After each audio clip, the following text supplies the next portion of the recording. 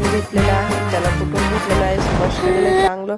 नंतर मी हळद टाकून घेतलेली आहे, त्याच्यामध्ये थोडीशी मीठ टाकून घेतलेलं आहे आणि लगेच लागेल थोडंसं लाल तिखट घेतलेलं आहे आणि मी त्याच्यावरती कढीपत्ता, कोथिंबीर आणि हिरव्या मिरच्यांचा बारीक काप असं कापलेलं टाकून घेतलं आहे.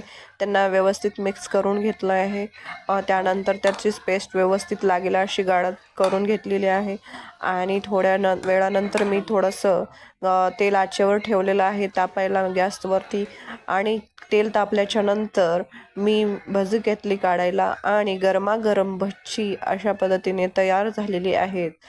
आणि मी हळूवार थोडंसं कमी गॅसवरती भजी तळून घेतलेली आहेत आणि तळलेली भजी एका साईडला काढून घेतलेली आहे.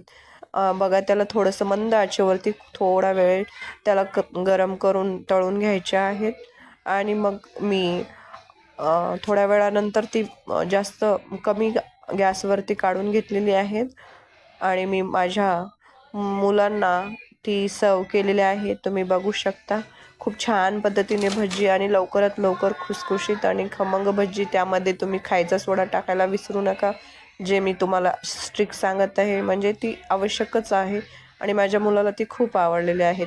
धन्यवाद. तुम्ही माझे व्हिडिओ असेच बघत राहा. आवडले तर लाईक करा, शेअर